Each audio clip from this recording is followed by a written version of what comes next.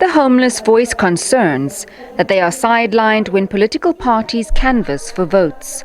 Some say they won't be voting as they haven't been assisted to get identity documents which they can't afford. They've asked for ID application fees to be waived for the poor. Now, 5 weeks or 4 weeks, there will be the elections. So I don't know how they are going to vote regarding into their things of an ID. Today, the homeless people try to address what they want or their needs. However, the realization was that, and it's the truth, is that none of their issues were actually addressed. But it's all about who wants to be in power at the end of the day. So that's the very sad part of it, because homeless people expect a lot from our political parties. However, the agenda is always fighting against one another. So yeah, it's very sad. However, they made promises. We shall wait and see. Others said they were grateful that their vote was important to the parties. Political parties. He says, "I am glad political parties came to address us. It shows that we too are a part of South Africa. We are not just homeless people."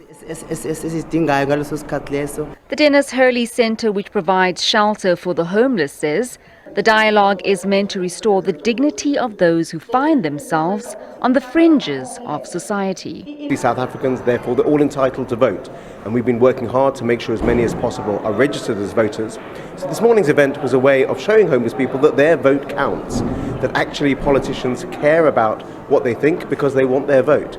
So for them to sit in a room with senior politicians and hear from them and be able to speak to them and know that their vote will count the same on the 29th of May as anyone else's is a really significant gesture for them. Political parties say they recognize that the thousands of homeless in the city represent a sizable number of voters. Data this was conducted in 2021-2022. It suggests that in eThekwini alone, we had about over 16,000 homeless people that are actually roaming the streets of the city of eThekwini.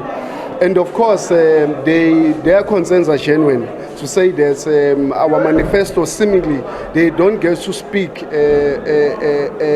direct to their issues. Just before the elections, politicians promised to assist the homeless with obtaining IDs, which will help them apply for jobs. We're not assisting them so that they will vote for the RFP, but we'll assist them in order for them to be able to sustain themselves. How are they going to get jobs if they don't have IDs? How are they going to apply for the housing if they don't have IDs?